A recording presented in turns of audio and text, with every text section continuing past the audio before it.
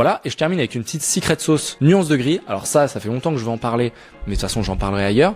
Mais extrêmement pratique de voir les choses, peu importe qu'on soit en dark mode ou en light mode, de la manière suivante. C'est-à-dire, si j'ai un fond qui est censé être blanc, je vais pas utiliser du blanc. Je vais utiliser un gris tellement clair que les gens vont croire que c'est du blanc. Ce que ça me permet de faire, c'est que ça me permet de créer, à partir de ce blanc, qui est un faux blanc, des niveaux de lecture qui vont faire cette notion de mise en avant, de profondeur, etc. par rapport à du blanc pur.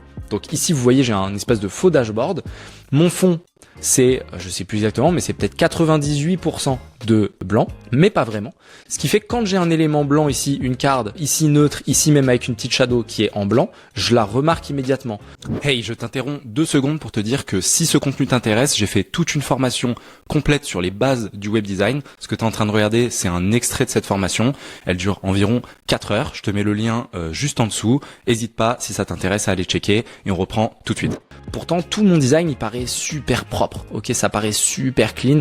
Pourquoi? Parce que je suis dans cette notion entre 1% de gris, enfin de noir, vous voyez ce que je veux dire? Je pars du blanc et je rajoute 1% de noir, 2% de noir, 3% de noir, 4% de noir. Je reste vraiment entre 0 et 5. Et ben, ça me permet de faire vraiment des variations de gris très légères qui me permettent de segmenter le contenu comme je veux et je peux être beaucoup plus flexible sur la mise en avant ou non de différents éléments. Vous voyez ici j'ai 1% plus foncé, et ben j'ai l'impression que c'est un emplacement vide, enfin tout de suite je peux créer des codes comme ça. C'est super intéressant.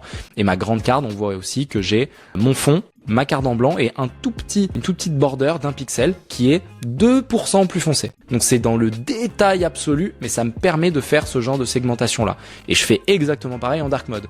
J'ai mon fond et j'ai pas un fond noir et basta, je suis bloqué. Non, j'ai mon fond qui est supposément du noir, voilà, mais qui est très foncé. Et par-dessus, j'ajoute 1% de plus blanc ou 1% plus noir, 2%, 3%. Autour de ces chiffres-là, et on voit que j'ai des cases qui se distinguent et ça peut être extrêmement pratique pour faire de l'interface. Et la grande carte ici, elle a la même chose.